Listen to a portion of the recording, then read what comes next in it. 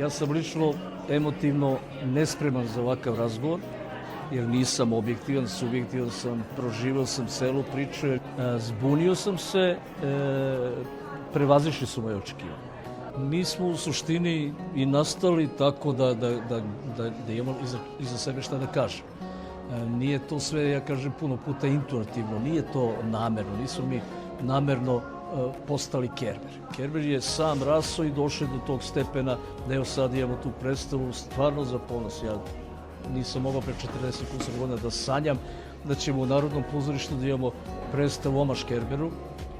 Bilo mi je dovoljno da budem samo jedan od gledalaca pozorišnih predstava i da to tumači neki svoj način. A ovo sad je za mene iznenađenje. Grad je dobio svoju priču, sećamo se svih ratnih događaja, sećamo se Radio Niša. Ja se makar sećam, oni koji pitaju mogu da prođu ovako kroz eter, da prođu kroz ovu predstavu i da vide i da čuju za Hipi dolinu, baš ne do tančine se objasni, ali mogu da omirišu Niš pre 30-40 godina, koji po meni je bio lepši nego danas. Imam utisak da su ljudi uživali, da su se s nostalgijom setili onih vremena, onog Niša koji je, što bi Gale rekao i slažem se s njim, po meni bio lepši i bolji.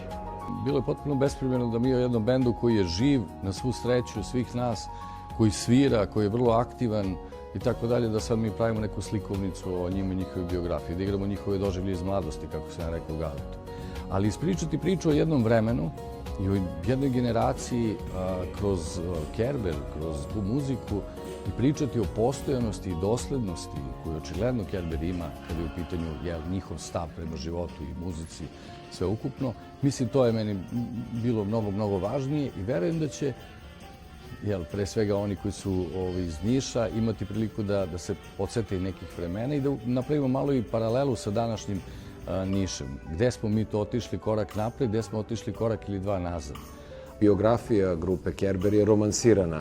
Biografija grupe Kerber i podjednako je i o gradu Nišu i o tom vremenu, jer oni jesu negde najbolji ambasadori tog vremena koji, zahvaljujući svojoj doslednosti, i danas mogu mladima da daju sjajan primer kako se nekad živelo, a sada sa ovim jednim brzim, difuznim relacijama da uprkos svemu tome u tim njihovim pesmama, u toj lirici, u toj rock poeziji može da se nađe mnogo sjajnih poruka iz tih pisama koje smo nekad dugo čekali, a ne u ovim instant porukama koje lete oko nas svaki dan da ne znamo gde nam je glava. Не би ми дошло на памет дека ќе бидам дел од еден ваков проект каде што главната тема е баш бендот Кербер и градот Ниш.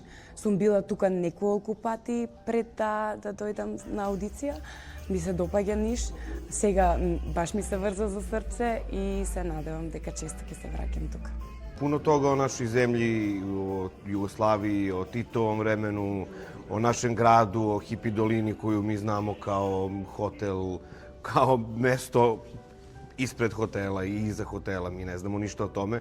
Međutim, puno stvari o tome smo slušali od naših roditelja i non stop je kod starije generacije, to jest generacije iznad nas, non stop je utisnut taj neki žal za tim starim Nišem i za tom Jugoslavijom i kako je sve to tada bilo mnogo bolje nego sada i kako uopšte ne može da se uporedi to vreme i ovo vreme sada.